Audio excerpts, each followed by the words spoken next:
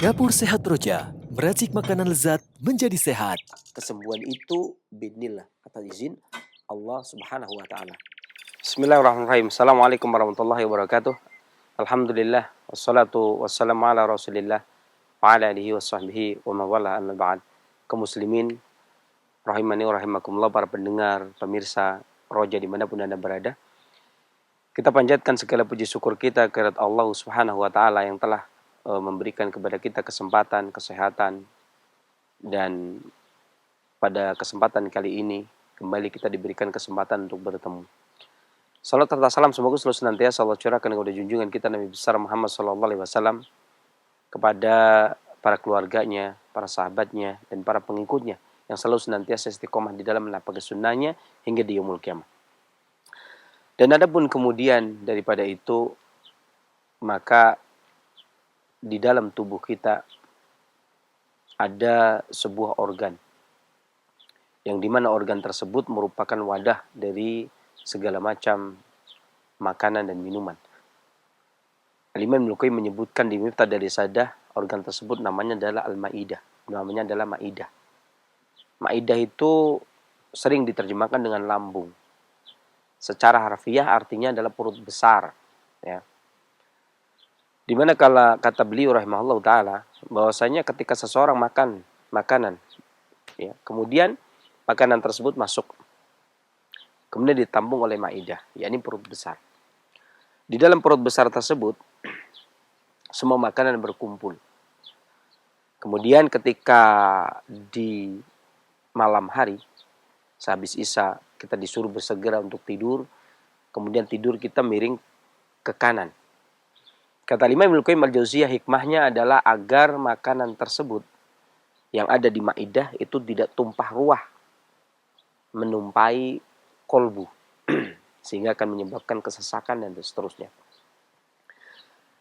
Adapun kemudian makanan yang menetap di dalam ma'idah, selanjutnya setelah dia menetap, kita tidur miring ke kiri, kemudian menetap, maka seluruh haroroh yang ada pada kolbu atau jantung itu masuk, hampir semuanya masuk ke dalam ma'idah.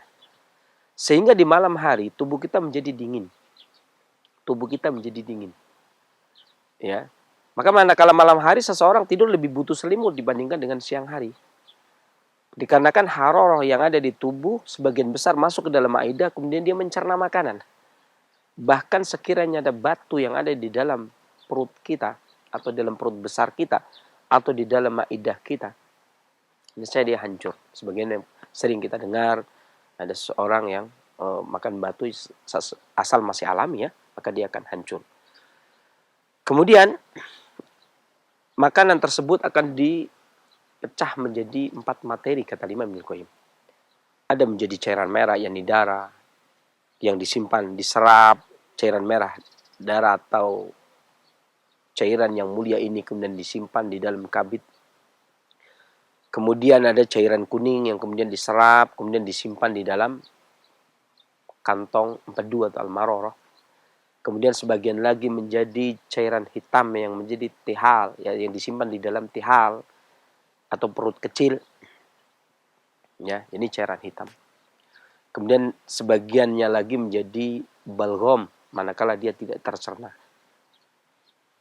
Dan adapun ma'idah memprosesnya, ketika cairan kuning tersebut diserap kemudian disimpan di dalam kantong empedu, maka manakala seseorang tersebut memakan fungsi dari cairan kuning yang ada di empedu ini, maka dia keluar kemudian melapisi dinding ma'idah, melapisi dinding perut besar, ya. Tujuannya agar panas yang masuk dari kolbu, karena kolbu merupakan sumber haroroh, ya, itu tidak membuat terbakar ma'idah tersebut. Akan tetapi manakala cairan kuning tersebut berkurang, artinya kurang dia, maka pelapisan dindingnya itu kurang. Pelapisan cairan atau rutubah pelembabnya itu kurang, maka yang mengakibatkan panas tersebut akan membakar dinding-dinding ma'idah. Sehingga terjadilah yang orang hari ini dikatakan panas perut atau radang dalam jangka waktu yang lama atau dalam panas yang ekstrim bisa mengakibatkan peradangan atau disebut juga dengan radang lambung, ya. Dan ini beda dengan asam lambung. Radang ini perutnya meradang atau maidahnya meradang, atau beberapa asurm ususnya termasuk besar itu ikut terjadi peradangan di sana, panas berlebih dikarenakan tidak ada pengontrol, tidak ada pelembab, tidak ada pelumas. Secara sepintas memang bisa kita pahami bahwasanya hal tersebut dikarenakan kelalaian kita. Yakni kita tidak membiarkan atau kita tidak memberikan waktu yang cukup untuk makanan dicerna sehingga menjadi materi-materi yang kita butuhkan.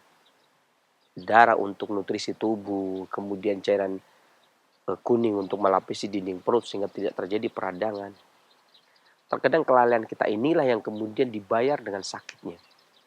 Dikarenakan panasnya harorah tersebut. Ya, kemudian dari hal tersebut sampai kemudian dikatakan oleh Haris bin Kaladah, seorang tabib yang hidup di zaman Nabi SAW, sampai mengatakan bahwasanya Maidah adalah rumahnya penyakit. Ya, artinya barang siapa bisa menjaganya, maka dia bisa mengusirnya. Dan sering orang keliru sangka bahwa disangkanya ini adalah sebuah hadis dari Nabi SAW, padahal ini perkataan Haris bin Kaladah, sebagaimana dijelaskan oleh Imam Ibnu Qayyim al-Jauziyah. Sehingga ketika dikatakan perut ini merupakan bisa menjadikan tempat penyakit atau rumah daripada penyakit, dikarenakan kekeliruan kita di dalam mensikapi perut tersebut, maka bisa menjadikan sebab bibit-bibit penyakit yang banyak di kemudian hari. Dia menjadi penyebab awalnya. Ya, jadi penyebab awalnya. Entah itu kebanyakan makan sehingga tidak tercerna, kekurangan cairan kuning tersebut, ya. Atau dikarenakan yang lainnya, tidak adanya waktu dan kesempatan untuk mencerna, itu juga bisa menyebabkan hal tersebut. Maka bukan hal yang remeh ketika seseorang tersebut memperhatikan betul bagaimana terjadinya makanan ini, bisa nggak dijadikan darah, bisa nggak dijadikan cairan kuning, bisa nggak bisa menjadi cairan hitam. Maka dari itulah Al-Imam Al-Qayyim memberikan kaidah-kaidah kesehatan atau pokok-pokok, ya, atau pilar-pilar kesehatan. Di mana yang pertama adalah hifdzus shihah, menjaga diri dengan cara mengkonsumsi makanan-makanan yang manakala dimakan menjadi benteng pertahanan tubuh. Ini kita butuhkan. Kalau tidak, kita tidak makan. Ini saya butuh ini, saya makan. Tidak, yang saya tidak butuhkan, kemudian saya tidak makan. Kemudian yang kedua adalah al-himyah, menjaga diri manakala yang masuk membuat bencana bagi kita. Ya. Maka dalam kesempatan kali ini kita hendak memberikan tips dari Dapur Sehat Roja.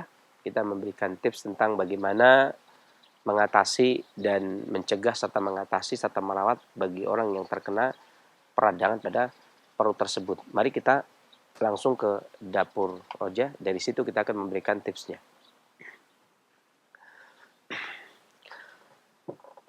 Kaum muslimin rahimani wa rahimakumullah, para pendengar dan pemirsa Roja, kembali kita berada di Dapur Roja, Dapur Sehat Roja.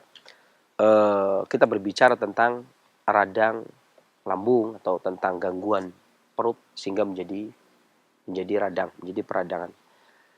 Di depan telah saya sebutkan, telah saya jelaskan bahwasanya seseorang yang bijak adalah manakala dia memakan makanan yang dibutuhkan oleh dia sehingga ketika dimakan bisa dicerna dan sesuai dengan kebutuhannya. Itu yang pertama. Kemudian pilar yang kedua adalah al-himyah anil mudi. Dia menjaga diri dari perkara-perkara yang manakala masuk ke dalam tubuh akan mengakibatkan bencana bagi dia, akan menyebabkan sakit bagi dia. Karena perut itu bisa menjadi rumah penyakit bagi kita. Itu yang kedua, ya. Kemudian yang ketiga adalah mengosongkan materi. Ya, mengosongkan materi-materi yang manakala sudah masuk itu sudah merusak tubuh, maka kita kosongkan kembali. Nah, kalau tidak terjadi seperti itu, entah itu hifdzus shihahnya yang kurang tepat, atau al-himyahnya, penjaga dirinya yang kurang tepat, atau masalah tidurnya yang kurang tepat, hal ini akan mengakibatkan seorang menjadi panas pada perutnya sehingga tidak ada perlindungan pada perutnya, akan mengakibatkan sakit. Beberapa hal saya ingin memberikan tips kesehatan di sini, ya. Tentunya ada beberapa bahan yang hendak saya perkenalkan. Yang pertama adalah serai, ya. Kemudian yang kedua adalah kunyit, ya. Kemudian yang ketiga saya akan menggunakan temu hitam. Ini ada temu hitamnya, ya. Kemudian ini kunyitnya, kemudian ini serai. Jadi kita menggunakan serai, satu batang serai yang kita gunakan, ya. Kemudian kita juga bisa menggunakan temu hitam dan kita bisa menggunakan kunyit. Serai ini, jadi peradangan itu dikarenakan awalnya sumbatan. Bisa jadi dikarenakan cairan empedu tidak bisa masuk ke dalam perut melapisi dinding dikarenakan adanya sumbatan, ya. Atau bisa juga dikarenakan pola makan yang tidak teratur, ya. Sehingga cairan empedu atau empedu kuning menjadi kurang. Maka kita menggunakan serai itu untuk memecahkan gumpalan, memperlancar peredaran darah dan memperlancar jalannya getah empedu atau cairan kuning keluar dari kantong empedu tadi. Kemudian yang kedua kita menggunakan kunyit. Usahakan menggunakan kunyit adalah umbinya. Sebelumnya kita panaskan dulu airnya. Yang kita gunakan adalah umbinya karena dia sifatnya dingin. Sehingga dinginnya itu memang betul anti radang. Dinginnya ini memang anti radang. Dinginnya kunyit ini anti radang. Ya, kita bisa menggunakan kunyit yang kering. Jadi kunyit diiris-iris kemudian dikeringkan, kemudian kita bisa simpan di dalam toples atau di dalam mangkok, kemudian disimpan di tempat yang sejuk, ya. Kemudian kita ambil kunyit. Kunyit itu rasanya pahit, sifatnya dingin sehingga dia anti radang. Dia menguatkan empedu dan dia menguatkan perut besar, anti radang, dan dia juga menguatkan tihal. Kemudian yang ketiga adalah temu hitam, ya.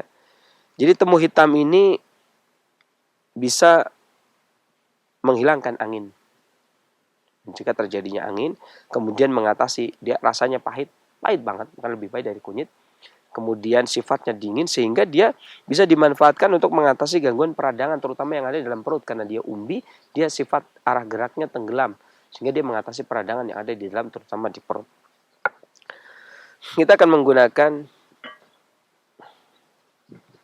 bahan, kita ambil 7 keping kunyit, 7 iris kunyit.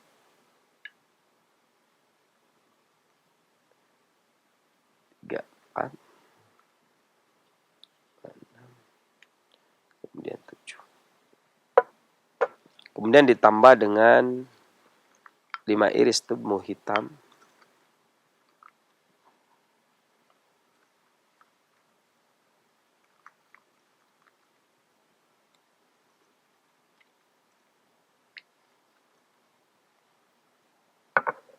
Kemudian ditambah dengan serai.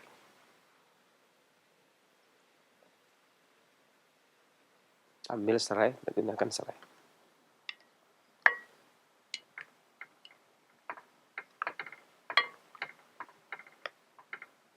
Kita rebus sampai mendidih. Tutup.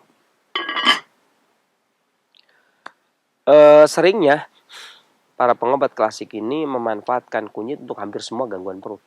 Entah itu radang lambung, entah itu emah, entah itu gangguan usus buntu, ya. Usus buntu ini bukan radang lagi, tetapi racun panas yang kemudian mengakibatkan peradangan yang sangat panas pada gangguan usus buntu. Dan pernah beberapa waktu itu dulu tahun 2007 pernah ada seorang anak kecil yang sakit perut dikarenakan radang usus buntu, perutnya sudah membesar mengkilap kayak kaca. Kemudian dia hendak dioperasi, hendak dipotong, tetapi kondisinya demam dan nyeri dan 2 minggu dia tidak makan. Kemudian waktu itu datang ke Panti Sehat Roja. Kemudian kita kasih kunyit waktu itu. Kemudian kunyit itu cuma umurnya masih 2 tahun. Jadi terbagi satu kapsul dibagi menjadi 3. Pagi sepertiga, siang sepertiga, sore sepertiga. Dalam jangka waktu 3 hari kemudian dia buang air besar. Sampai buang air besar yang busuk sampai hitam-hitam. Kemudian 3 hari mengempes, 7 hari kemudian sudah tidak sakit lagi dan mengempes. 3 hari sudah buang air besar banyak, sampai 7 hari buang air besarnya sudah agak mendingan, ya. Eh, tapi dia terus berlanjut sampai akhirnya tidak sampai dipotong radang usus buntunya, ya. Ini kunyit itu seringnya digunakan untuk peradangan pada perut, pada maidah, pada tihal, pada empedu, pada apa asurmu usus besar atau usus kecil, ya.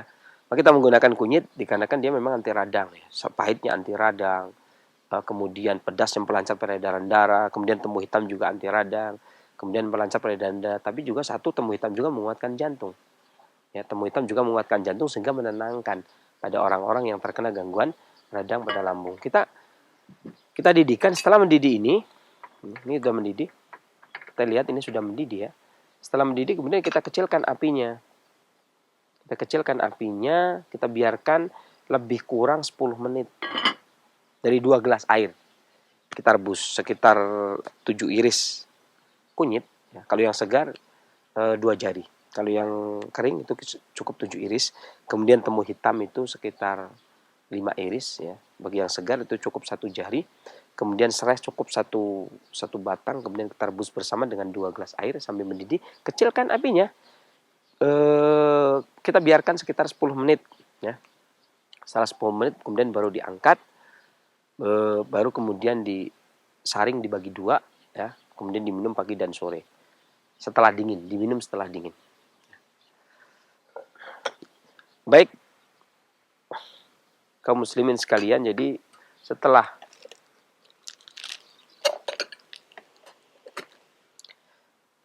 setelah 10 menit, ya, biarkan api kecil. Kemudian setelah 10 menit kemudian kita saring bagi 2, ya. Kita saring bagi 2. Ini kalau Shinsei dulu itu takarannya pakainya mangkok, nggak pakai gelas. Kalau sekarang yang tidak punya mangkok seperti ini pakai gelas nggak apa-apa. Nah, kemudian ini didinginkan, biarkan sampai dingin. Ini biarkan sampai dingin. Ini juga yang di sini juga sampai dingin. Ini biarkan matikan apinya, ya. Dimatikan apinya, kemudian biarkan sampai dingin, ya. Kemudian ini diminum untuk sore hari, ini diminum untuk pagi hari. Pada anak kecil maka bisa dimanfaatkan cukup 1 sendok teh pada 1 sampai 2 tahun, 2 tahun sampai 7 tahun bisa menggunakan 1 sendok makan. Walaupun untuk orang dewasa bisa menggunakan 1,5 mangkok ini, ya, sekitar 3/4 gelas, ya.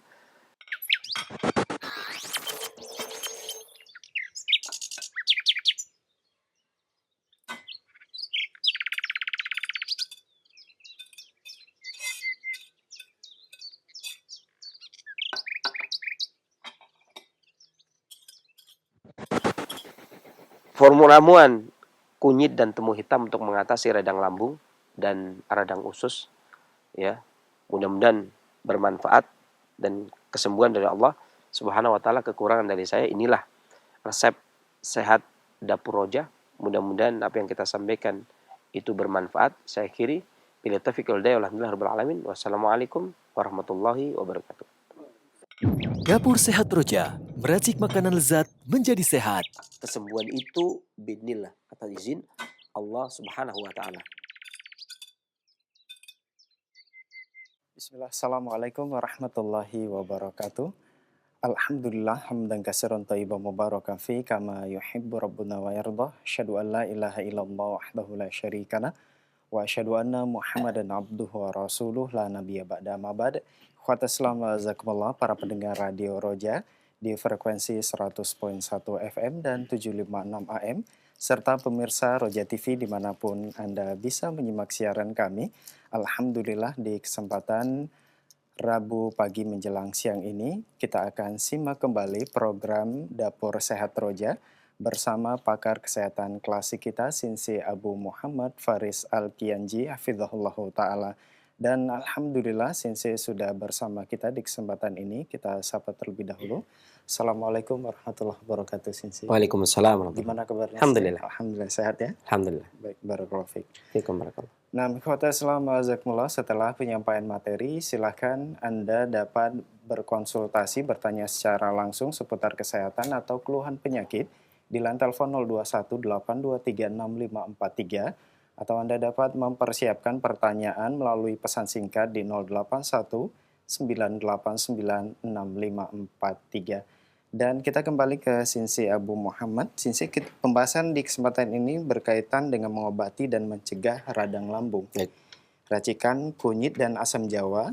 Bahan-bahannya 7 iris kunyit, 5 iris temu hitam, 1 batang serai, dan 2 gelas air. Benar ya, Sinsi? Sinsi, biasanya gejala awal yang dialami dan harus diwaspadai oleh penderita gangguan radang lambung ini seperti apa dan penyebab utamanya apa, Sinsi? Baik, terima kasih. Bismillahirrahmanirrahim. Assalamualaikum warahmatullahi wabarakatuh. Alhamdulillah. Wassalatu wassalamu ala rasulillah wa ala alihi wa sahbihi wa man wala ma ba'd. Pertanyaan yang bagus sekali, yang harus diwaspadai dan masuk kategori pra radang lambung itu ya, sebelum terjadinya radang lambung. Dalam pengobatan klasik ini sebenarnya pembahasan integrasi timur dan barat. Ada beberapa hal yang menyebabkan radang lambung dan perlu diwaspadai ketika ciri-ciri atau gejala tampak gitu ya. Saya mengumpulkan meringkas ya. Jadi beberapa banyak saya meringkas ada 5 pola penyakit yang merupakan masuk kategori radang lambung. Yang pertama adalah disebabkan karena pola penyakit gangguan pencernaan ya, atau perut yang kurang baik. Ini masih perut yang kurang baik, gangguan pencernaan. Ciri-ciri yang tampak diantaranya adalah nyeri perut atau pembengkakan. Tapi setelah buang air besar dia membaik. Ini sebenarnya masih awal sekali. Belum sampai terjadi peradangan, tetapi lama-kelamaan akan menjadi seperti itu. Ya. Perut yang nyeri, kemudian tampak bengkak dan membaik setelah buang air besar. Yang pertama. Yang kedua, ketika menelan rasanya asam. Ya, kemudian sendawa dengan napas yang tidak sedap. Ini juga sudah ada gangguan di maida, di perut besar atau di lambung. Kemudian sendawa dengan kurang selera makan. Sering sendawa, selera makannya juga kurang. Kemudian fesesnya berair atau buang air besarnya mencret ya, berair dan sedikit. Kemudian juga terkadang juga bisa jadi fesesnya kering atau rasa panas di tubuh. Bisa juga nafasnya asam, kemudian tidak sedap. Atau terkadang gejala yang muncul adalah sakit perut yang memburuk jika ditekan dengan tangan. Jadi nyeri ketika ditekan, tambah nyeri. Atau feses yang dengan bau yang sangat tidak sedap. Makanya kadang kan kita kalau di toilet umum ya, di masjid atau apa, ketika ada orang yang keluar, kita masuk itu kan kadang, ada yang baunya itu luar biasa. Udah disiram, udah bersih.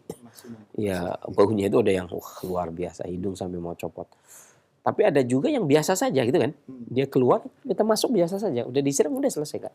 Tapi ada juga yang baunya. Ya kan? Sampai mungkin kita pergi pun aroma yang baru itu pun kasih kalah gitu ya. Maka dikiranya dari kita kalau ada orang masuk lagi. Memang tajam dan bertahan lama gitu ya. Tajam dan bertahan lama. Ya. Kemudian terkadang juga muntah dan diare terus menerus ini gejalanya, atau muntah dengan makanan yang asam dan berbau tak sedap dan lebih menyukai minuman dingin. Ini juga gejala pencernaan yang kurang baik yang harus diwaspadai, nantinya akan bisa menjadi peradangan. Maka penanganan pada saat seperti itu masih seperti itu. Beberapa makanan yang bagus diantaranya ya tomat, ya. Kemudian ini belum radang, belum sampai radang. Kemudian anggur, kemudian teh, itu masih bisa gitu ya. Dan ini belum yang belum sampai terjadi, ini masih gangguan pencernaan. Tapi diwaspadai agar tidak sampai terjadi karena yang perlu diwaspadai kan. Kemudian yang kedua, ini yang lebih menuju ya. Ya, ini energi vital hati yang menekan perut. Angin biasanya, angin dari hati menekan perut. Ya awalnya tidurnya kemalaman, makan yang tidak teratur. Adapun gejala yang muncul adalah perutnya bergolak. Kemudian sendawa, terkadang itu kayak rasanya dari perut tuh anginnya rasa sampai ke dada. Kemudian ada cegukan. Cegukan juga lambung sudah apa itu yang anak kecil juga biasa begitu. Itu lambung sudah mulai lemah itu. Itu lambung sudah mulai lemah. Buang air besarnya tidak teratur, nyeri di bagian dalam perut atau nyeri yang berpindah antara kedua sisi iga. Ini juga gejala yang berikutnya, sakit perut yang memburuk jika terjadi gangguan emosional. Jadi khawatir, cemas juga sakit perut. Ini sudah agak lebih mendekati lagi, lebih parah lagi gitu ya. Dan muntah, ketika muntah asam atau terkadang darah, tapi ada asam juga. Ini juga masuk kategori itu. Sudah lebih mendekati. Gitu ya. Harus diwaspadai juga. Makanan yang cocok itu biasanya ikan gurame, seledri, jagung, gitu. Jagung manis ya. Kemudian gula coklat itu gula merah ya, gula aren. Kemudian jeruk manis, ini masih bisa nih, barley, kacang, kemudian kurma. Ya.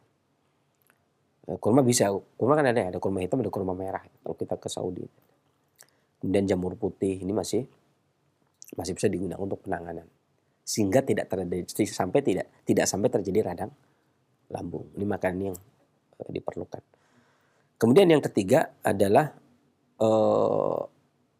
lemahnya rutubah pada perut atau kekurangan cairan atau rutubah pada perut, kurang nutrisi lah ya. Gejala yang muncul adalah manakala kekurangan cairan atau kekurangan rutubah pada perut, gejala yang muncul adalah perut panas seperti terbakar. Rasa perut panas seperti terbakar. Kemudian buang air besarnya sembelit. Ya, panas berarti sinerginya panas. Kemudian batuk kering, kalaupun batuk kering, kemudian bibirnya tampak kering, mulutnya terasa kering, dan yang diinginkan tuh kalau minum itu inginnya dingin. Ya, kemudian juga cegukan, rasa panas di tangan atau kaki. Dua tangan, dua kaki itu terasa panas. Ya, sistem cerna kurang bagus kalau sudah seperti ini. Dan ciri yang utama adalah dia susah tidur. Susah tidur. Demam periodik tetapi ringan dan tidak turun naik ya. Demamnya rendah. Tidak ada selera makan karena perutnya panas. Kemudian dada berdebar, jantung berdebar. Sakit perut yang memburuk saat perut kosong. Jadi ketika kelapar gitu ya, terlambat makan itu luar biasa sakitnya. Kemudian muntah ataupun muntah darah. Ini juga lebih mendekati lagi gitu ya, daripada yang tadi. Ya. Maka makanan-makanan yang digunakan pada saat seperti itu, kalau sekarang muncul banyak ya, yang mulai kemarin ngetren ya, namanya alfalfa ya. Alfalfa kan mulai kan daun alfalfa itu. Itu juga bagus. Kemudian daun ginseng. Kalau daun ginseng itu di Indonesia itu ada apa ya, talisom atau ginseng Jawa, ada daunnya itu bisa dioseng-oseng. Kemudian sarang burung walet ini bagi yang punya duit ya. Dulu 900.000, nggak tahu sekarang 2 juta atau berapa. Kemudian keju, kacang merah ya, kemudian asparagus, telur ayam kampung, sotong, bebek, telur bebek, jamur putih, tiram, kemudian royal jelly. Ini makanan-makanan yang bagus untuk dikonsumsi agar tidak sampai terjadi radang lambung. Kemudian yang keempat adalah asteni atau kelemahan pada limpa dan lambung. Ya, kekurangan haroroh pada limpa dan lambung. Ya, ciri yang muncul adalah nyeri di perut, tangan dan kaki dingin, diare, gampang lelah, cegukan dengan suara yang rendah, menyukai kehangatan dan suka dipijat. Ciri-cirinya begitu. Jadi ketika perutnya nyeri, pas ditekan enak. Ya, kemudian atau perutnya nyeri pas dikompres, air hangat enak gitu. Nyeri yang memburuk saat kelelahan dan gampang lapar. Nyerinya membaik setelah istirahat atau setelah makan. Dan kurang selera makan, nafasnya pendek, sakit perut dan nyeri, perutnya bergolak, muntah dengan makanan yang tidak bisa dicerna. Terkadang rasanya asam atau keluar cairan bening. Nah, sebenarnya keluar cairan bening itu biasanya muntahan terakhir. Biasanya muntahan terakhir. Setelah biasanya orang itu kan muntah. Setelah muntah nasi habis tuh, makanan habis. Kemudian dia akan muntah yang setelah makan itu kan cairan kuning. Yang pahit itu, pahit asam. Dan cairan kuning. Nah setelah cairan kuning habis, dia masih kepengen muntah. Dan itu biasanya cairan putih bening. Ya, baunya seperti mirip-mirip bau sperma. Ya, itu bening.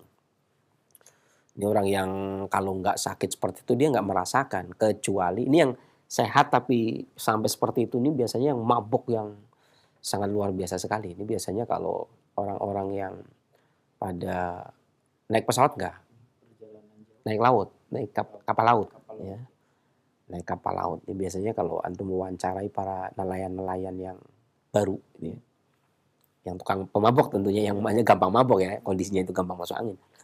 Itu biasanya dalam jangka waktu 3 hari aja dia udah keluar semua, ya. Makan nggak bisa keluar terus, itu dia seperti itu. Ya, dan itu sudah kalau yang cairan putih udah keluar dia itu nggak keluar sudah, pun udah nggak keluar. Ya, kalau ingin mencoba ya ke laut sendiri paling gampang. Kemudian jangan sekali 7 hari di tengah laut ini, 7 hari di tengah laut. Ya.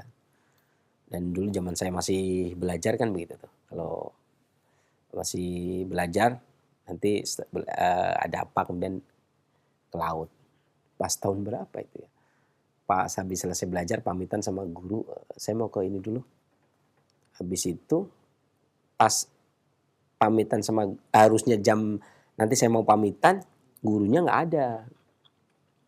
Guru saya nggak ada pada waktu itu. Tapi karena memang saya sudah dengan teman ya, ada dengan teman.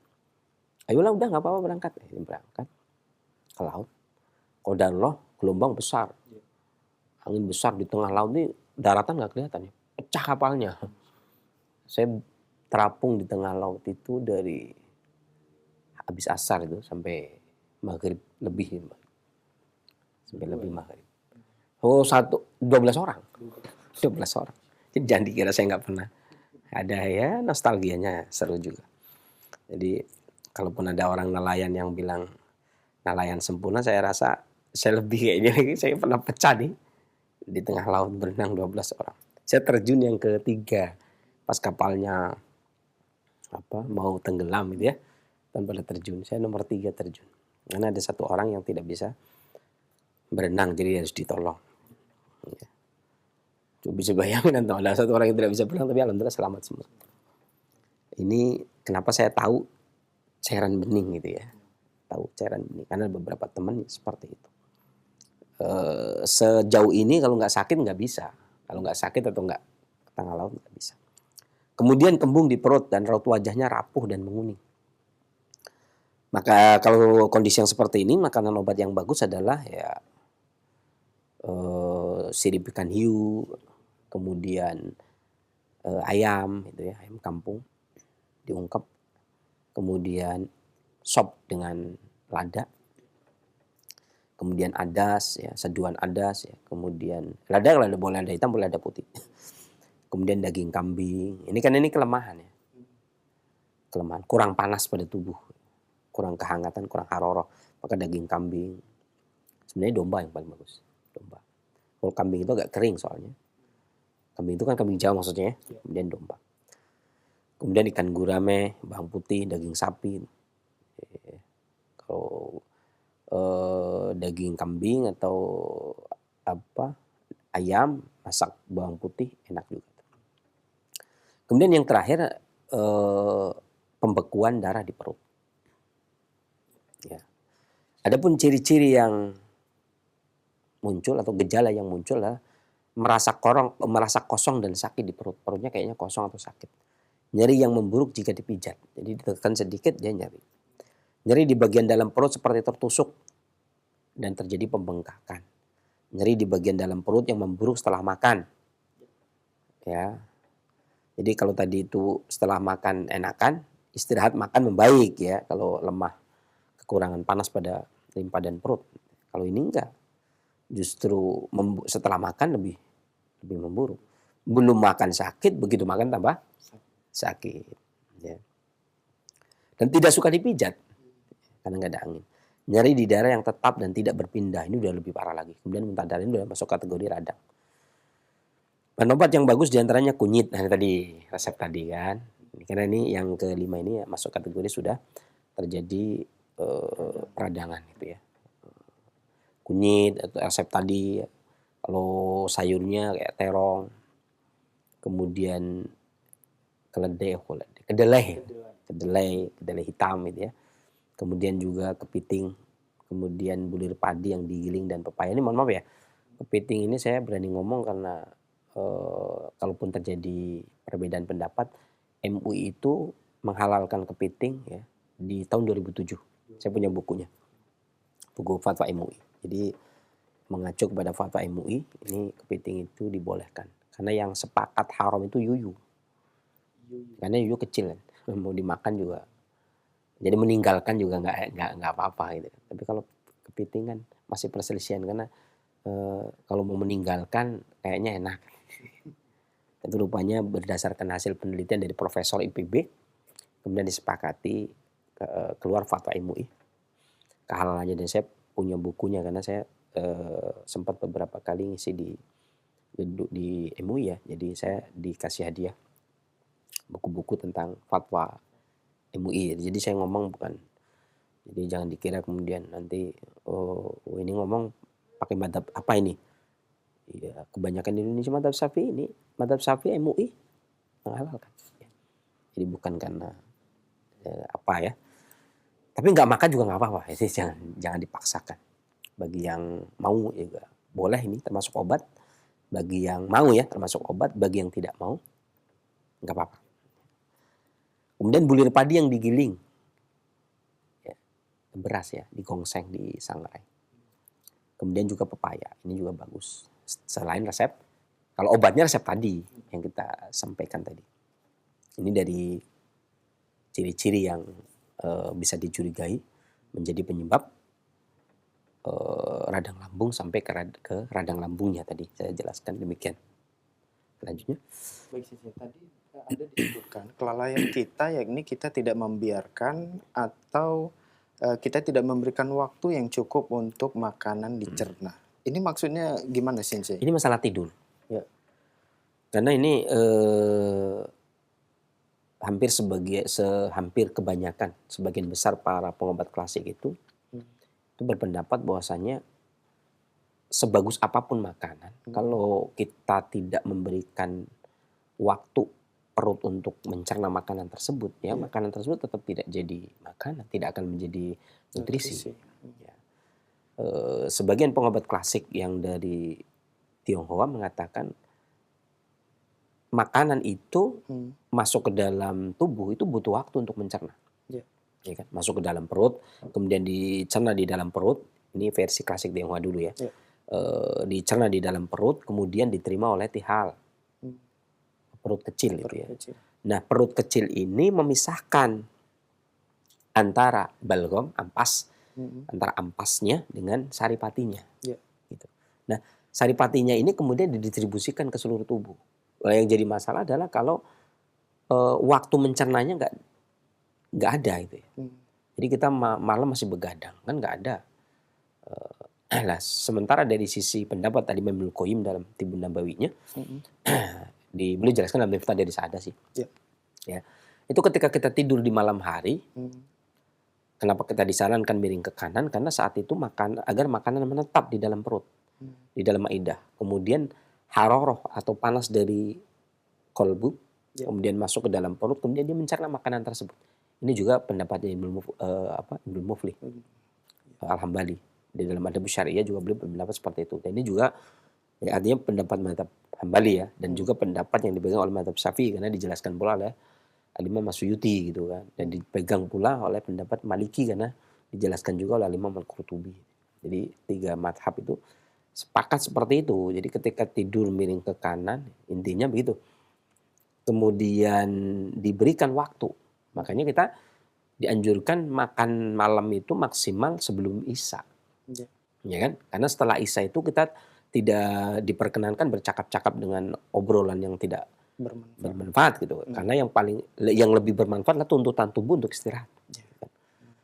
Nah, ketika tidur itu menetapnya makanan di perut, di ma'idah, kemudian dicerna. Haroro dari kolbu masuk kemudian mencerna makanan tersebut. Ini kalau versi ulama klasiknya, dia akan dicerna menjadi cairan merah, darah, gitu kan. Ya, kemudian menjadi cairan kuning, kemudian cairan hitam, ya. Ini juga bukan cuman Ibnu Qayyim saja, bahkan para ahli filsafat kedokteran seperti Galen gitu ya, kemudian Hippocrates itu pun sependapat seperti itu. Cairan merah, cairan hitam, cairan hitam itu cairan merah itu darah, cairan hitam itu di limpa, cairan kuning itu dikandung empedu, kemudian balgam sama saja. Ya. Kemudian masing-masing cairan didistribusikan. Kalau nggak menjadi saripati makanan, nggak ada waktu. Jam 12 baru tidur, jam 11 baru tidur. Kan makanan tidak tercerna. Ya, sehingga ketika haroroh masuk ke dalam perut, ini bukan mencerna makanan, tapi membakar dinding-dinding perut tadi. Karena kenapa demikian? Karena ketika makanan tidak dicerna, maka kurangnya cairan getah kuning empedu yang tugasnya adalah melapisi dinding perut agar tidak terbakar oleh panasnya kolbu gitu kan. Karena batu saja kan hancur. Batu saja kan hancur. Kalau tidak ada lapisan pendingin ya, dan mungkin di situ malam hari perut tertidur, perut juga dalam keadaan kosong misalkan ya, dinding-dindingnya yang kan terbakar. Ya. Kemudian jadi bukan terbakar karena api ya, tapi terbakar karena panas, karena di dalam tubuh itu tidak ada, walaupun kayak Galen itu berpendapat ada unsur api, tapi kata Al-Imam Ibnu Qayyim nggak ada unsur api. Kalau ada unsur api pasti udah mati. Mau kita minum ya. Di tubuh juga ada darah dan sebagainya. Jadi kalau ahli filsafat seperti Ibnu Sina dan kawan-kawan berpendapat ada api, kemudian dibantah oleh Imam Ibnu Qayyim tidak ada api di dalam tubuh kita itu ya. Dan ini panasnya kolbu ini sumber panas, bukan nggak. Nah, ini kekuasaan Allah. Jadi kalau Allah menghendaki ya nggak harus api panas. Kalau Allah menghendaki ya, walaupun katanya api panas ya, Allah menghendaki dingin ya, ada buktinya juga di zaman Nabi Ibrahim. Api nggak panas gitu ya kan. Ketika digunakan untuk membakar Nabi Ibrahim alaihissalam itu juga tidak panas. Jadi nggak ada yang aneh kalau Allah sudah menghendaki. Dan di dalam perut tubuh kita juga ada suatu keanehan. Kolbu itu panas banget tapi bukan dari unsur api ya. Tapi memang itu makanya ya nikmat mana lagi yang hendak kita dustakan. Gitu kan? Gitu. Jadi paling tidak kesempatan. Jadi kita diberikan kesempatan hak tubuh. Ya. Tidur. Karena ya paling tidak tidur itu kan memberikan hak kepada tubuh. Ya kan? Lagian kan tidur itu kalau bismillahnya kita tidur meninggalkan maksiat gitu ya. Karena ibadah itu kan termasuk meninggalkan sesuatu yang dilarang juga ibadah kan. Tarkul juga meninggalkan juga ibadah, nggak cuma menjalankan perintah. Karena ibadah itu menjalankan perintah menjauhi larangan. Takwa itu menjalankan perintah menjauhi larangan. Kalau kita tidur niatnya itu kemudian menjauhi, daripada kita malam-malam kemudian main HP atau main apa ke arah yang bukan-bukan itu ya. Kita menghindari maksiat, tidur dengan menghindari maksiat itu kan itu juga masuk kategori beribadah juga. Kemudian tubuh juga berproses secara alamiah gitu kan. Dan itu menyehatkan dan mudah-mudahan dapat pahala tentunya kalau niatnya itu meninggalkan maksiat kan. Ya, mudah-mudahan mendapatkan pahala di sisi Allah dan juga sehat tentunya karena memberikan hak kepada tubuh kita. Nah, baik, jazakallah khairan Sensei atas penjelasan yang disampaikan, dan saat ini kita buka sesi tanya jawab ya Sensei. Nah, ikhwatul Islam jazakumullah, silakan bagi Anda yang ingin berkonsultasi secara langsung seputar kesehatan atau keluhan penyakit di line telepon, silakan. Assalamualaikum warahmatullahi wabarakatuh. Waalaikumsalam warahmatullahi wabarakatuh. Dengan Bapak siapa di mana? Rizal di Singkawang, Kalimantan Barat. Ya, silakan Pak Rizal. Umur saya 50 tahun. Keluhan ketika waktu buang air kecil itu tidak tuntas Ustaz. Sensei, kayak ada yang tersisa gitu. Ya. Kedua, Sensei, istri saya umurnya 47 tahun, punya keluhan penyakit maha akut gitu. Sering dia minum rempah kunyit gitu. Apa yang saya sarankan untuk istri anak? Pertanyaan pertama tadi apa? Bagaimana? Pertanyaan pertama tadi apa? Tentang buang air kecil tidak? Buang air kecil, Sensei. Buang air kecil tidak tuntas ya? Iya. Ya. Baik. Sekolah jazakallahu khairan. Assalamualaikum warahmatullahi wabarakatuh. Waalaikumsalam. warahmatullahi wabarakatuh. Pertanyaan pertama saya pahami, pertanyaan kedua saya tidak paham. Jadi sengaja Bapak tanyanya kan mah akut. Ya. Jadi kami tidak menjawab. Di sini juga ada dokter, kalau kalimat mah itu lebih tepat ditanyakan ke dokter itu ya. Jadi kecuali dijelaskan gejala dan keluhannya, karena saya menghukumi dari situ. Ya. Ya bukan dari kalimat mahnya. Ya orang sudah bilang ya pamalilah, bukan haknya. Karena saya belajar sekian puluh tahun pun tidak pernah belajar tentang mah. Ya, kalau kemudian jawab tentang mah tentunya bisa dipertanyakan. Khawatirnya urusan saya dengan Bapak selesai, tapi urusan saya di akhirat nanti tidak selesai. Intinya saya jawab yang pertama aja. Di samping itu memang bagusnya pertanyaan satu saja. Masalah buang air. Ya, kecil apa besar tadi ya? Buang air kecil yang tidak lancar. Ada beberapa hal Pak sebenarnya dalam gangguan buang air kecil. Tetapi pada intinya memperlancar buang air kecil ini sebenarnya ramuannya sangat banyak. Ya, saya pernah berbicara tentang permasalahan ini. Terkadang para pengobat ini menetapkan untuk sesuatu dan tidak menetapkan untuk yang lain. Saya kasih contoh. Ketika dulu kecibeling misalkan, kumis kucing, kecibeling, tempuyung, daun sendok, ya, kemudian digunakan sebagai obat penghancur batu ginjal, penghancur batu kandung kemih, itu kan kantong kencing. Kemudian juga peluru kencing untuk memperlancar buang air kecil. Ya. Maka tanaman ini kemudian dilakukan penelitian. Kita masih ingat dulu di Jogja, Profesor Sarjito ya, yang kemudian menghasilkan kalkulsol, ya kan? Ya. Ya, digunakan untuk meluruhkan kencing juga, ya, kalkulsol itu. Kemudian juga muncul lagi, tapi karena harganya mahal, kemudian dilakukan penelitian lagi terhadap tempuyung. Muncul lagi beberapa perusahaan, ada 2 perusahaan yang lebih murah lagi, muncul lagi perusahaan lagi yang lebih murah lagi gitu. Sama-sama berasal dari daun tadi. Ada yang pakai daun sembung sama tempuyung, ada yang pakai kumis kucing, ada yang pakai daun sendok. Ya. Tapi ingin saya tegaskan di sini, itu memang benar peluru kencing. Tetapi pada sisi lain, selain dia peluru kencing, sebenarnya kalau orang yang kencing terus-menerus dia juga menahan gitu. Karena sebenarnya dia bukan peluru kencing, tetapi menormalkan siklus kencing. Sebenarnya menormalkan siklus kencing. Karena ketika anak ngompol pun dikasihnya itu. Ya kan? Anak ngompol ini kan berarti beser itu ya. Anak kecil yang beser pun dikasih itu, kemudian dia nggak beser. Yang ngompol kemudian nggak ngompol. Artinya kan dia bisa menahan agar tidak gampang kencing. Tapi yang kencing terus, yang tidak susah kencing pun pakai yang seperti itu. Entah itu akar alang-alang, entah itu daun sendok, entah itu tempuyung, entah itu ya. Dan dalam hal ini kalau dari sisi yang paling mudah, ya Bapak bisa menggunakan semangka. Jus semangka setengah gelas. Kemudian diminum, ini juga memperlancar buang air kecil plus yang putihnya. Semangka yang merah sama yang putihnya, kemudian di jus, di blender ya. Dapat 3/4 gelas, kemudian diminum sehari sekali. Demikian mudah-mudahan mengangkat penyakitnya dan bermanfaat bagi pendengar dan pemirsa yang lainnya. Selanjutnya. Nah, jazakallah khairan Sensei atas jawaban yang disampaikan. Semoga bermanfaat untuk penanya Pak Rizal yang berada di Singkawang, Kalimantan Barat.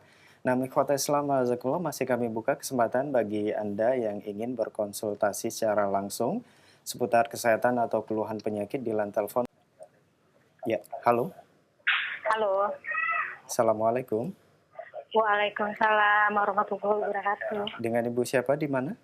dengan Ibu Diana, Pak, di Bekasi Utara. Silakan Ibu Diana.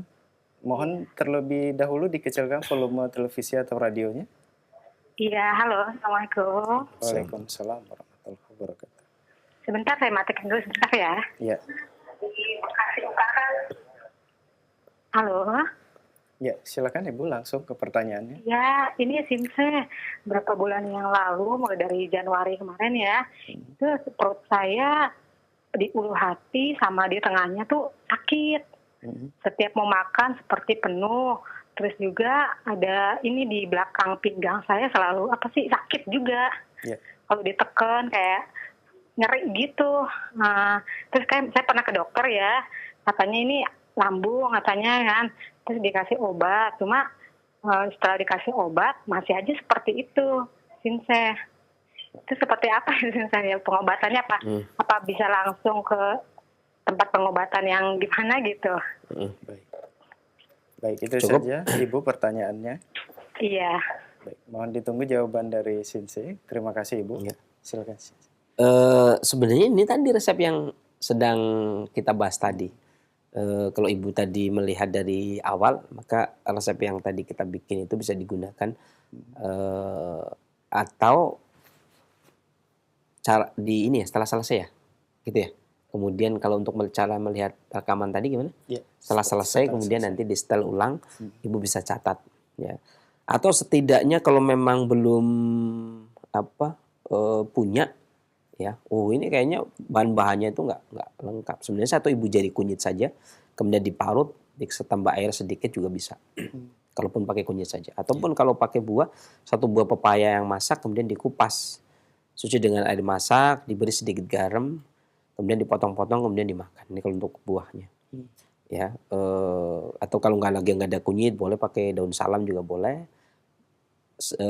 Yang sering digunakan juga tidak kalah sering juga daun jambu biji, 8 helai daun jambu biji, kemudian direbus dengan air 1,5 liter air ya, 1,5 gelas ya, air, kemudian sampai mendidih, kemudian saring bagi 3 minum pagi dan sore, itu juga bisa.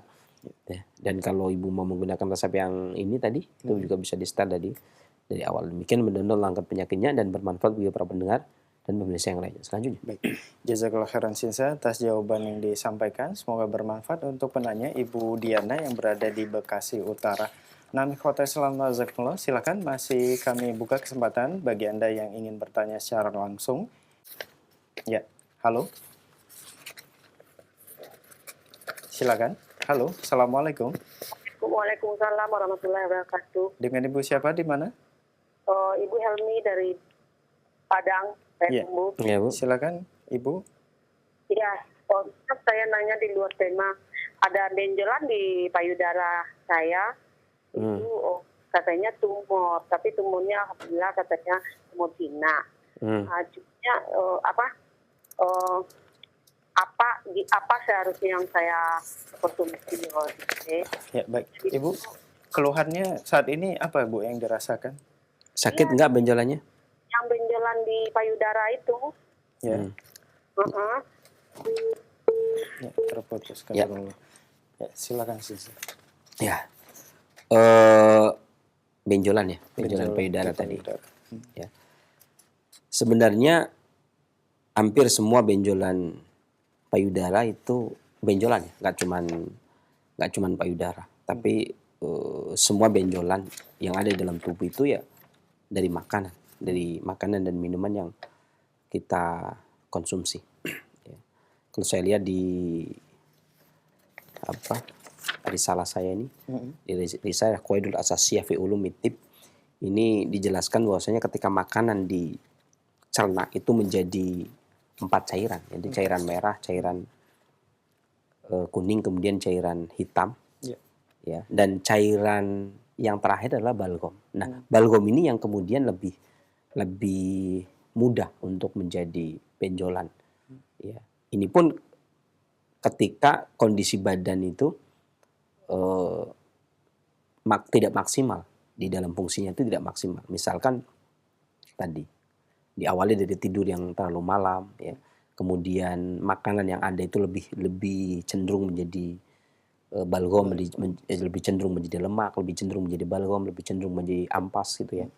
Kemudian tidak bisa dicerna, maka yang menjadi lemah di situ ada dua hal yang melemahkan tubuh, di antaranya angin yang datang dari luar, ya, kemudian menyerang kabid, kemudian juga kabid itu sendiri tidak atau kekurangan darah, ya, kekurangan sistem kekebalan tubuh, kekurangan nutrisi, kekurangan rutubah, itu juga akan menyebabkan sakit. Ya. Maka tidak bisa bicara, oh ini sakit seperti ini, benjolan seperti ini, obatnya apa ya? Ini berkaitan juga dengan pola hidup juga. Karena tidur terlalu malam ini juga akan menyebabkan makanan dan minuman yang tidak bisa dicerna, yang kemudian nanti akan lebih cenderung menjadi balgam dan akan terus seperti itu. Ya, maka itu satu sisi dari pola tidur ya, tidurnya jangan terlalu malam. Kemudian yang kedua adalah emosi. Karena kekhawatiran, kecemasan itu akan selain melemahkan kabid ya. Sebutkan selain dia melemahkan kabid, dia pada awalnya dia melemahkan kalbu dulu. Dia melemahkan kalbu, kalbunya lemah, kemudian kabidnya lemah, kemudian ihalnya lemah. Ketika seseorang khawatir, cemas, itu juga akan melemahkan organnya. Dan ketika tihal atau limpa atau perut ini lemah, perut kecil ini lemah, maka distribusi makanan pun terhambat. Yang seharusnya menjadi nutrisi pun akan bisa menjadi balgam. Kemudian dia, karena payudara itu dikuasai oleh kabid dan tihal. Ini akan menjadi seperti itu.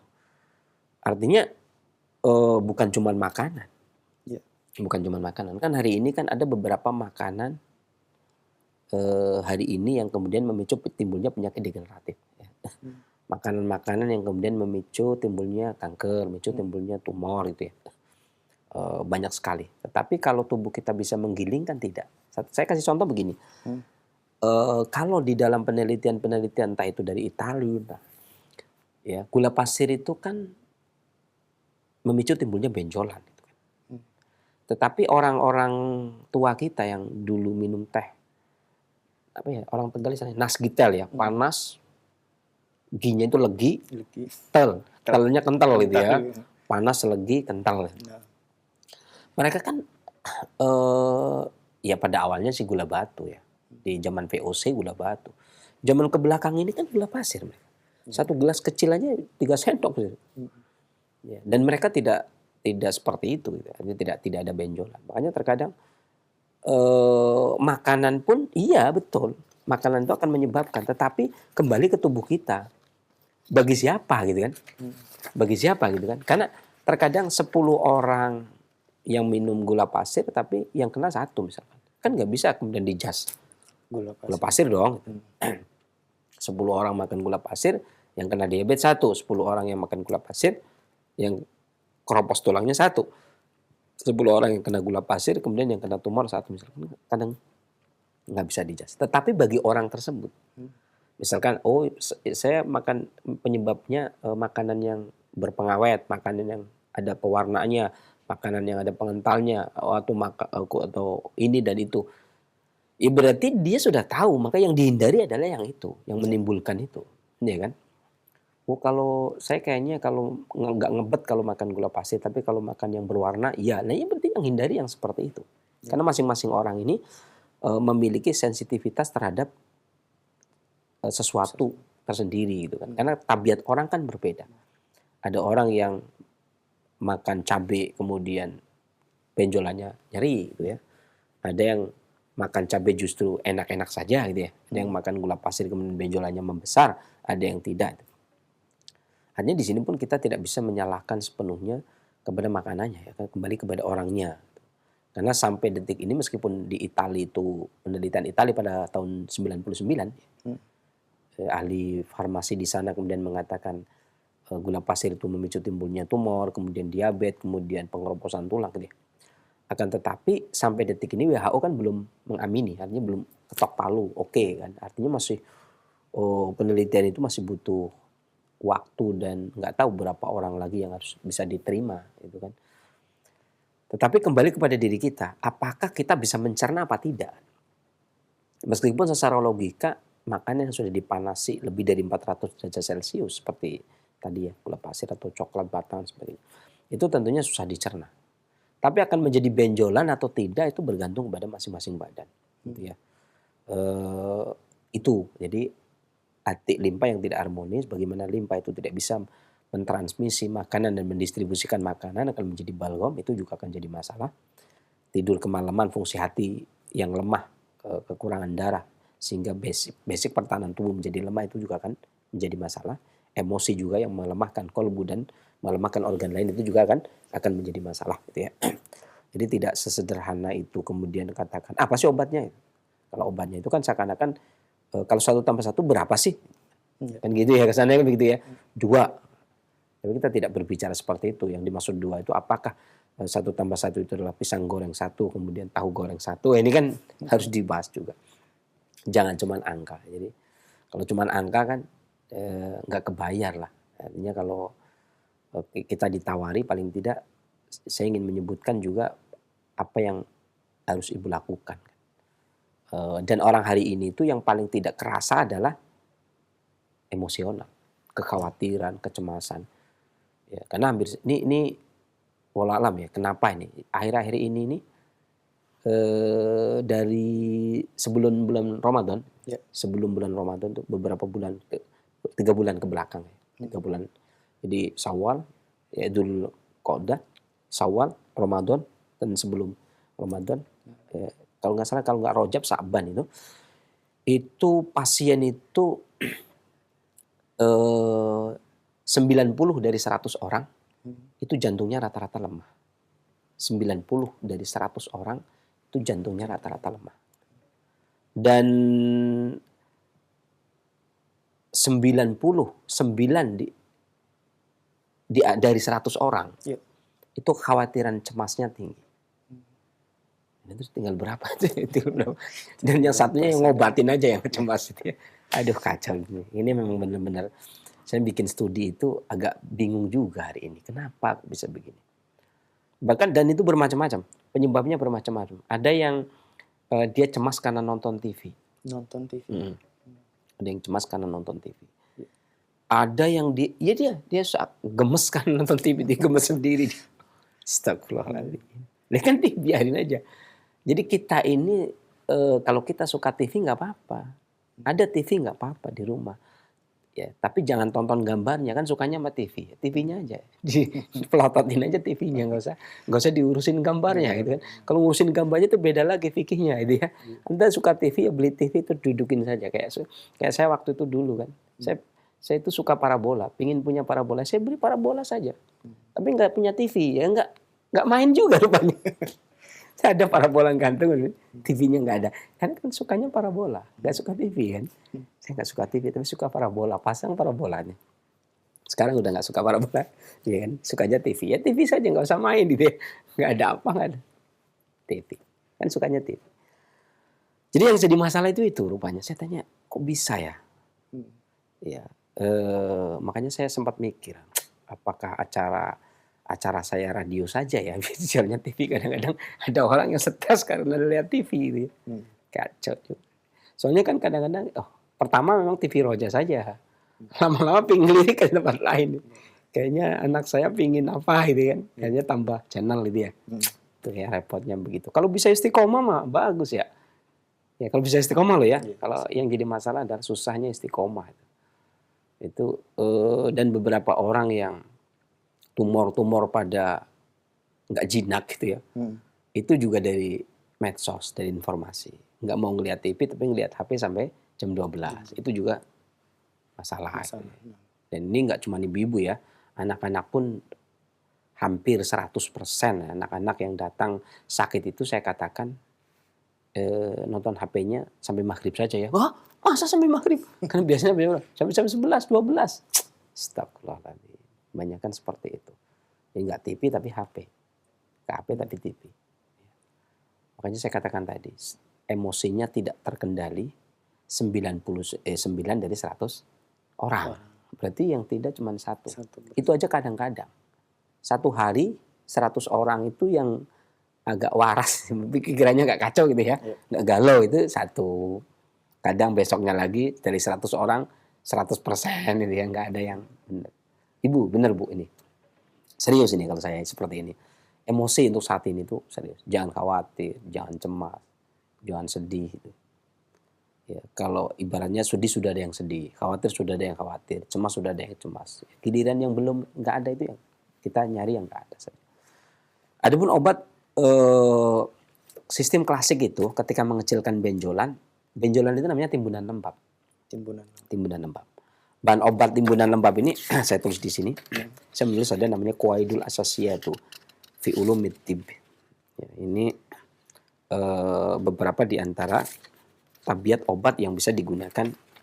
Ya, saya tulis di sini di poin ke 34. Penata laksana terapi dengan menggunakan makanan dan obat dengan metode memperhatikan karakter bahan obat, makanan, dan obat. Ada 4 karakter bahan obat, yaitu panas, dingin, kering, dan lembab. Adapun bahan obat, ini poin ke-35. Adapun bahan obat panas terdapat dalam obat yang rasanya pedas, manis, dan tawar. Ya. Dan bahan obat yang bisa mengeringkan, poin ke-38. Bahan obat kering terdapat dalam bahan obat yang rasanya pedas dan pahit. Makanya biasanya kita menggunakan bahan obat yang untuk mengeringkan benjolan yang sifatnya kering. Ya, ini bahan obat yang rasanya secara tabiat itu rasanya pahit dan pedas. Bagaimana cara kita menggunakan? Kalau yang seseorang itu memiliki benjolan tubuhnya cenderung panas, berarti yang digunakan adalah bahan obat yang pengering tapi sifatnya dingin.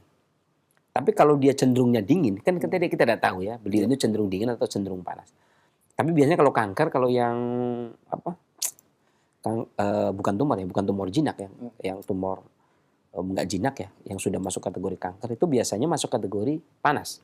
Jadi yang digunakan adalah pengering tapi sifatnya dingin. Dan pengering yang sifatnya dingin itu saya tulis di sini itu yang rasanya pahit. Pahit itu mengeringkan dan mendinginkan. Sementara pedas itu mengeringkan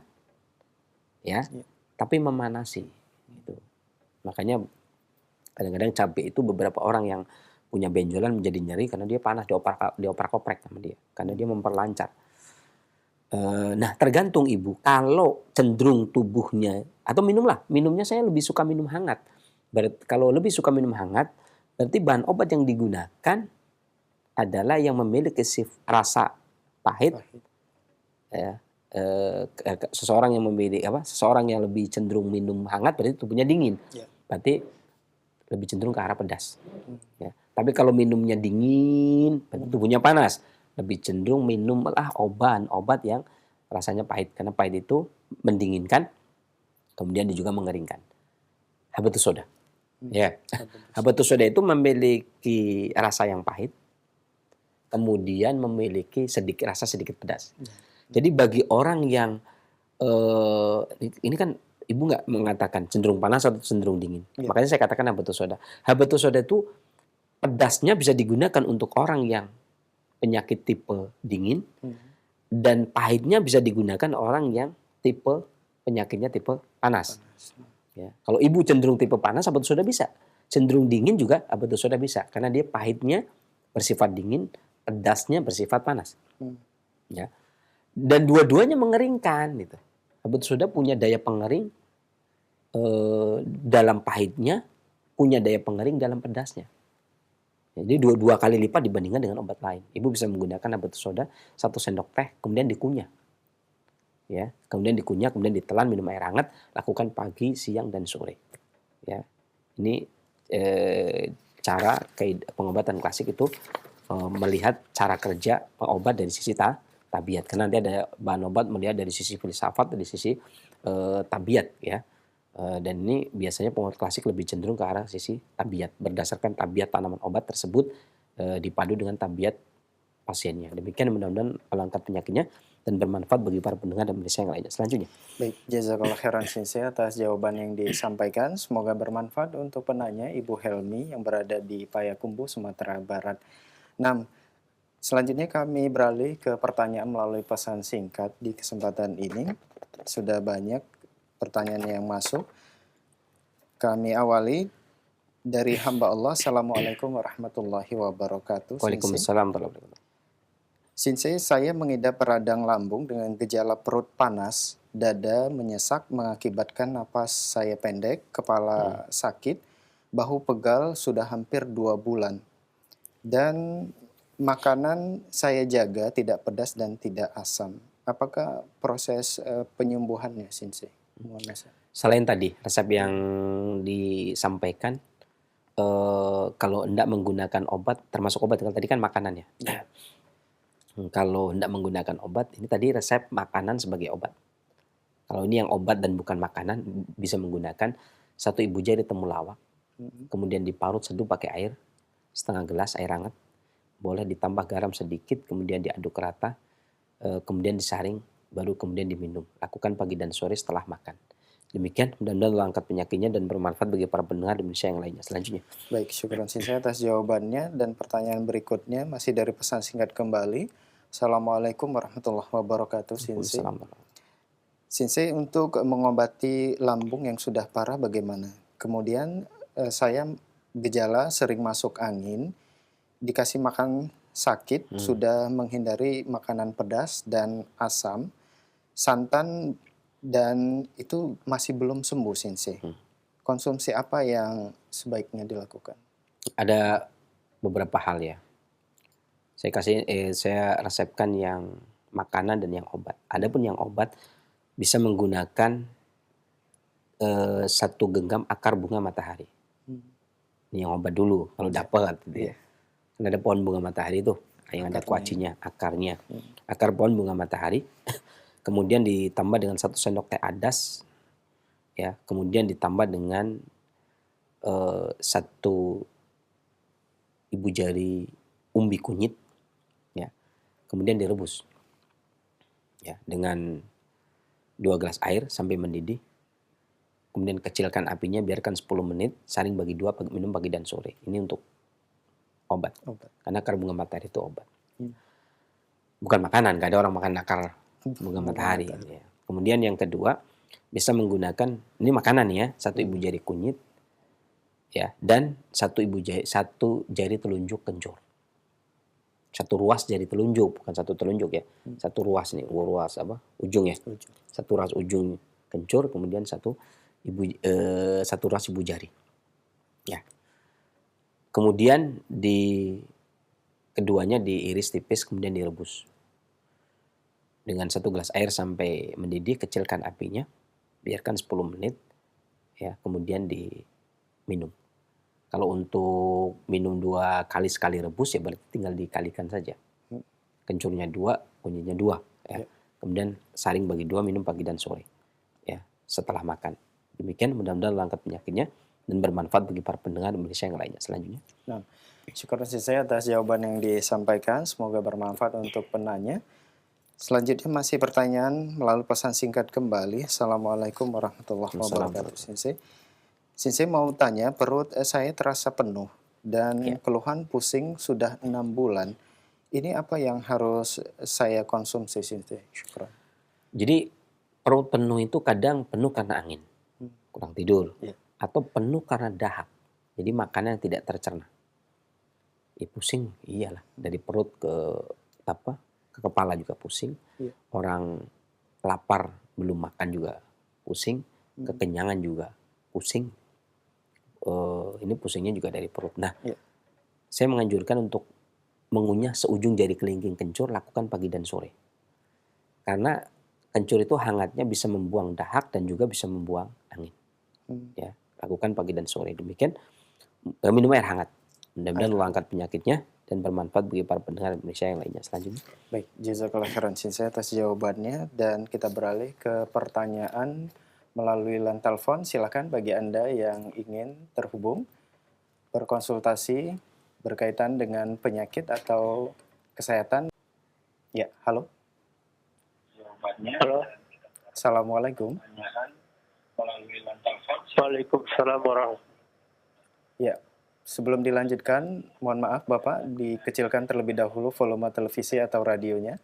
Iya, udah. Ya, kalau sudah silakan Bapak. Dengan siapa di mana? Dengan Bapak Rohadi di... Pak Rohadi? Lagi di jalan sih posisinya. Oh iya, hati-hati Pak di jalan. Ya, silakan Pak, langsung ke pertanyaannya. Sinse Ana mau nanya, Ana punya penyakit sinus nih ya, udah kurang lebih hampir 4 tahun.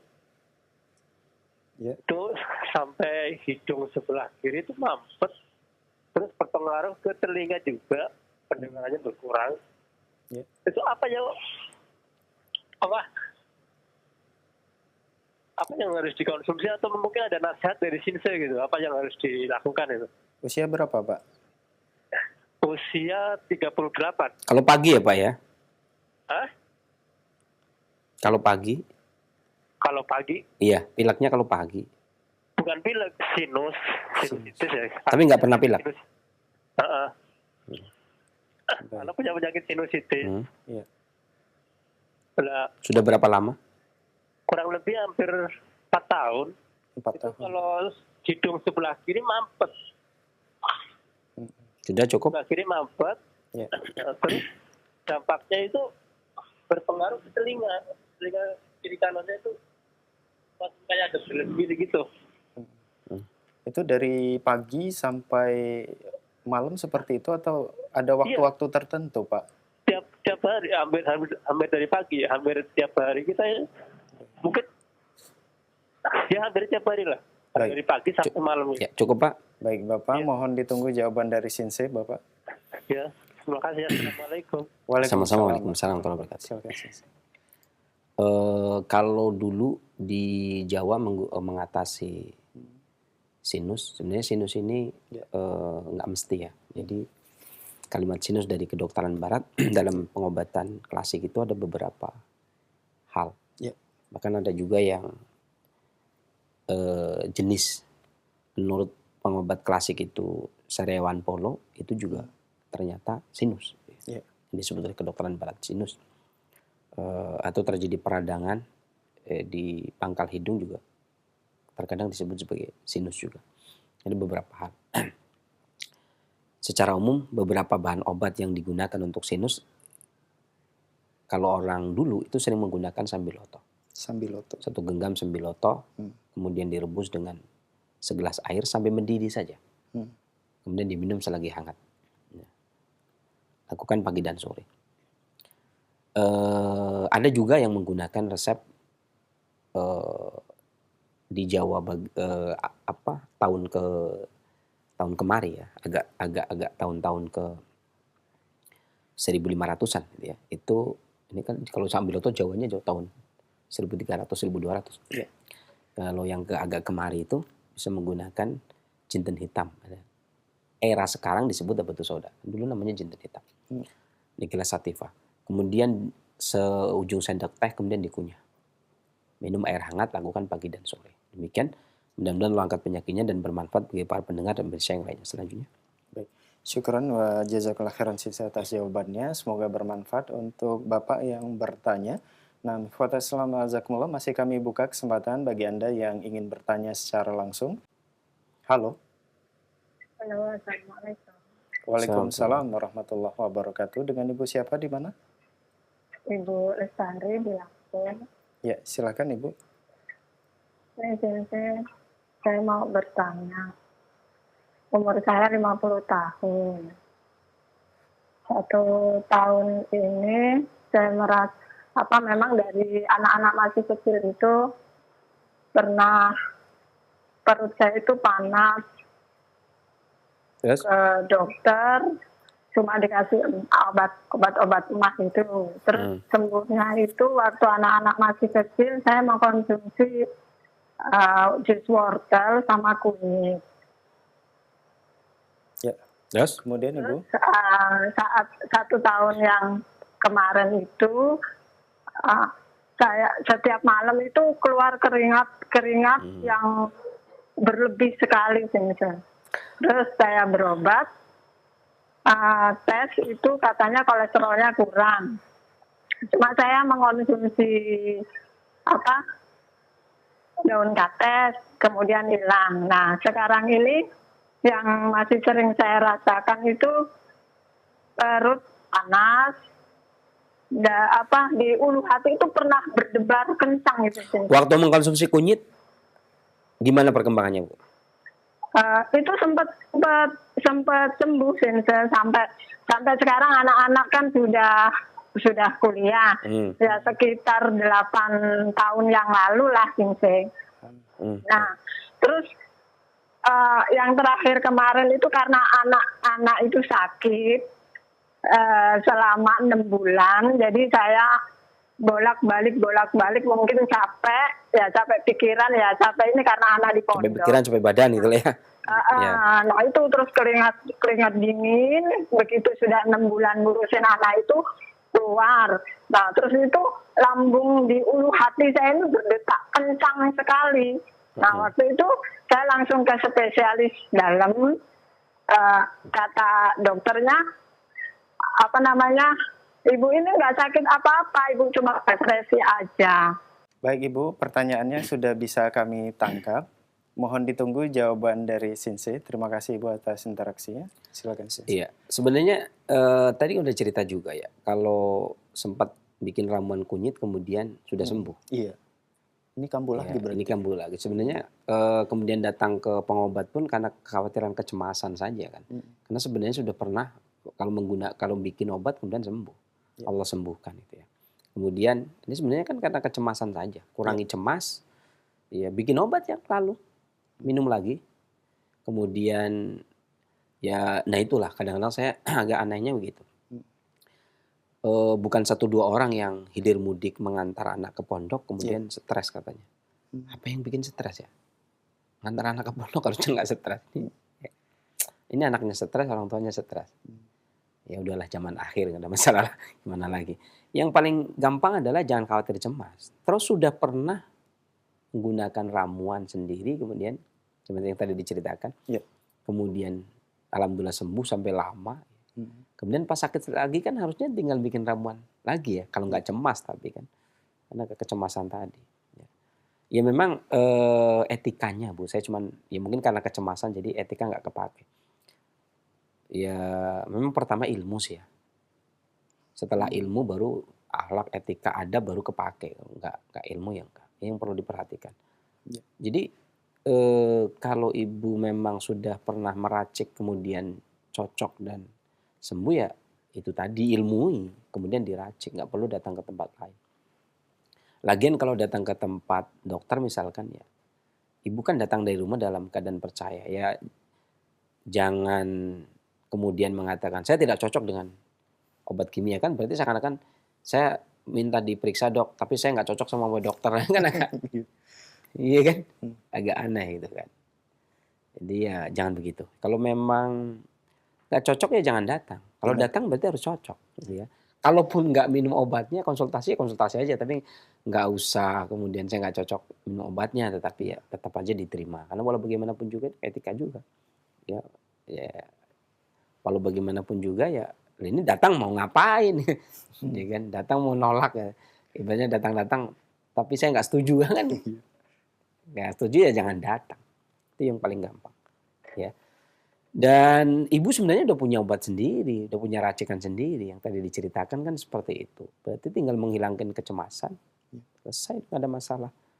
Obat mah sudah ada, racikan sendiri, digunakan lagi ya. Demikian Bu, dan benar dokter ya bilang ada penyakit ya, karena mau gimana dikasih obat juga nggak bisa nerima ya. Ya mendingan ibu tetap bikin obat yang sudah digunakan ya, kemudian berdoa kepada Allah agar diberikan ketenangan, tidak banyak pikiran. Demikian mudah-mudahan mengangkat penyakitnya, bermanfaat bagi para pendengar dan manusia yang lainnya. Selanjutnya baik, jazakallah khairan Sensei atas jawaban yang disampaikan, semoga bermanfaat untuk Ibu Lestari yang berada di Lampung. Nah, dan kita beralih ke pertanyaan melalui pesan singkat di kesempatan ini. Dari Pak Amri di Riau, Assalamualaikum warahmatullahi wabarakatuh Sensei. Sensei, bagian pinggang sebelah kanan saya sakit setelah saya mengangkat beban dengan tangan kanan 3 minggu yang lalu. Ini apa yang harus saya lakukan dan konsumsi obat herbal apa Sensei? Syukur. tangan Mengangkat beban dengan tangan kanan. kanan ya, bukan kiri ya, nggak kanan kiri ya, kanan aja ya. Dan yang keluhannya pinggang sebelah kanan yang sakit jadinya Sensei. Karena ngangkatan tangan kanan Iya. tadi, kemudian yang sakit pinggang adalah kanan. Beberapa obat yang bisa digunakan, bisa menggunakan 1 ibu jari temulawak ditambah dengan 3 lembar daun salam, kemudian ditambah dengan 1 sendok teh adas, kemudian direbus dengan 2 gelas air sampai mendidih. Kecilkan apinya jadi 1 gelas. Saring bagi 2 berarti setengah-setengah ya. Ya. Minum pagi dan sore. Tapi terutama pas mau tidur dan bangun tidur. Ya, tidak harus setelah makan. Demikian. Mudah-mudahan angkat penyakitnya dan bermanfaat bagi para pendengar dan pemirsa yang lainnya. Selanjutnya. Baik. Jazakallah khairan Sinsia atas jawabannya, dan pertanyaan dari Pak Amri di Riau sekaligus di kesempatan ini pertanyaan terakhir dan sebagai iktitam atau penutup, silakan Sinsia. Ya. Kaum muslimin rahimahullah rahimakumullah, perlu diperhatikan di sini. Ya, saya ingin mengutip beberapa kaidah dalam qaidul asasiyah fi ulumit tib. Ya, bahwasanya organ badan ini yang ada di dalam tubuh kita, ada kolbu, ada kabid, ada riyah. Kolbu biasa diartikan dengan jantung, kabid diartikan dengan hati, riyah diartikan dengan paru, maida diartikan dengan perut besar, ada dimak, otak, ada dokhar tulang punggung, ada sulbi, ada taroib, organ dan tempat produksi sel telur, ada rahim, dan seterusnya. Dan fungsi-fungsi yang menakjubkan. Ini saling keterkaitan. Saling keterkaitan. Jadi tidak masing-masing organ itu tidak ada yang berdiri sendiri. Itu saling keterkaitan. Di mana sakitnya pun saling terkaitan. Terkadang sakit karena materinya, maddahnya, terkadang karena kaifiatnya. Ya. Maka ketika seseorang bersedih, bukan saja kolbunya yang sakit. Karena di dalam tubuh kita, kalau kolbu sakit, ya, kata Nabi SAW, faida fasadat, fasadat jasadul kullu. Wahia kolb. Kalau dia rusak, maka rusak semuanya. Jadi kalau kolbu itu, baik secara batiniahnya, secara mata batin, secara kolbu dari sisi perasaannya, dari sisi batiniahnya, sakit juga akan mengganggu. Ya. Dan dari sisi organ pun demikian. Kolbu dari sisi organ sakit pun yang lainnya akan jadi masalah. Sementara kalau kaifiat secara batin seseorang itu sedih, khawatir, cemas, itu ya materi akan ikut terluka. Bukankah banyak orang yang mengatakan dia sekarang menjadi pemurung, ya kan? Bahkan dari remaja pun sudah kelihatan. Ketika seseorang memiliki keinginan sesuatu, makan tak enak, tidur tiada nyenyak. Ya, perasaan itu yang ada di kolbu akan bisa merubah tabiatnya dia, merubah badannya dia. Materi sudah tidak bisa diterima, kadang-kadang begitu. Sedih ditinggal mati keluarga, ya kan? Bahkan kata Al-Imam Al-Qurtubi, kesedihan dan dongkol dan sedih akan bisa menyebabkan buta matanya. Ya kan? Padahal mata itu organ ya. Yeah. Sedih dan kesedihan, dongkol ya, kecemasan, itu batin. Itu berimbas kepada organ. Kemarahan bisa menyebabkan muntah darah. Ini bukti adanya saling keterkaitan. Tidak bisa melepaskan sama sekali. Itu artinya jangan dikira kemudian apa-apa yang menuntun kita ke akhirat itu tidak ada hubungannya dengan urusan kita di dunia. Ya. Yang menyelamatkan akhirat kita hendaknya yang dijadikan dasar untuk menyelamatkan dunia kita. Karena semuanya berkaitan. Kalau memang iman, takwa, kita yakini itu akan menyelamatkan urusan kita di akhirat kita, ya gunakan untuk menyelamatkan urusan dunia kita. Karena merupakan kewajiban bagi kita. Kewajiban bagi kita. Pengobat ini guru saya mengatakan, wajib bagi seorang pengobat itu melakukan 3 hal. Yang pertama, itu tawakal kepada Allah. Seorang pengobat itu harus tawakal. Wajib tawakal. Bukan berarti yang diobati, enggak gitu ya. Seorang pengobat itu harus tawakal kepada Allah. Karena setelah mengobati, berserah diri kepada Allah. Bukan saya udah obati loh, harus sembuh nih. Nggak bisa. Serahkan kepada Allah. Seorang pengobat ketika dia habis mengobati dia harus tawakal kepada Allah. Ya. Barang siapa yang tidak tawakal kepada Allah berarti dia mengatur Allah. Ya kan saya udah kasih obat, kok nggak sembuh? Gimana nih? Lu gimana ceritanya Allah yang nurunkan penyakit orang yang Allah juga yang menyembuhkan kok mau ngatur? Ya. Kita tidak bisa menjadi mudabbir. Allah tetap yang mengatur kita. Kita bisa meminta kepada Allah tapi nggak bisa ngatur. Minta boleh, kita berdoa minta kepada Allah. Tapi kapan waktunya dikabul, ya, kesempatannya kapan, yang apa yang itu urusan Allah. Kita nggak bisa mengatur. Ya. Enak saja kita mengatur. Emang siapa kita? Itu yang pertama. Yang kedua, wajib mengikuti sunnah Nabi SAW. Nggak bisa tidak. Soalnya kalau kita lepas dari sunnah Nabi berarti kita melakukan bid'ah. Ya. Jangan dikira sesat urusan akhirat akan menjadi baik di urusan dunia. Enak saja, nggak bisa. Jadi kalau kita tidak mau mengikuti sunnah Nabi, maka kita berarti kita mau nggak mau ya kita saya nggak sunnah, saya nggak ngelakuin sunnah tapi nggak ngelakuin bidah, mustahil. Kalau nggak ngelakuin sunnah ya pasti bid'ah yang kita lakukan. Maka wajib nggak bisa nggak.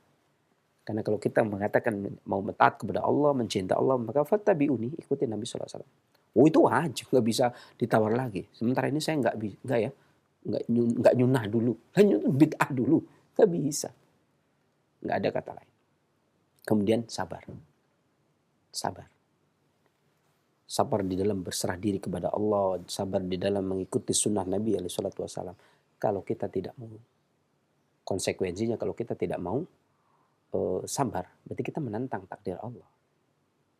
Allah sudah tetapkan, itu udah pasti, nggak bisa Allah itu takdir Allah itu nggak bisa dirubah walaupun dengan kekuatan apapun juga itu tidak akan bisa dirubah.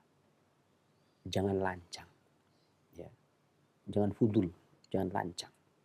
Apa yang menjadi hak Allah, biarkan menjadi hak Allah. Kita boleh meminta, tapi tidak boleh mengatur. Gaya sekali kita. Kadang-kadang makanya kita perhatikan. Doa kita itu doa yang bentuknya ngatur Allah apa meminta. 3 hal seorang pengobat dan seorang pasien yang wajib nggak bisa tidak. Adalah bertawakal kepada Allah setelah melakukan segala sesuatu. Serahkan diri sepenuhnya kepada Allah SWT. Kemudian kedua, ikuti sunnah Nabi SAW. Nggak bisa tidak. Nggak ada tawaran.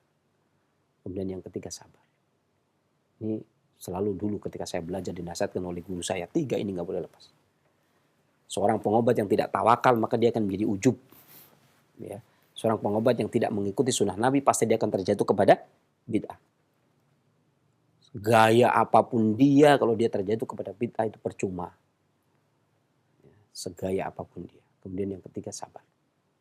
Karena sabar itu bagian dari menerima takdir Allah SWT. Dalam mengikuti sunnah harus sabar. Di dalam tawakal juga harus sabar. Doa pun butuh kesabaran. Ya. Karena ta'ajul, tergesa-gesa itu perbuatan setan. Gak bisa. Itu yang bisa saya sampaikan. Dan kekurangan dari saya, kesembuhan dari Allah SWT. Saya akhiri bila taufiq wal hidayah. Alhamdulillah rabbil alamin. Wassalamualaikum warahmatullahi wabarakatuh.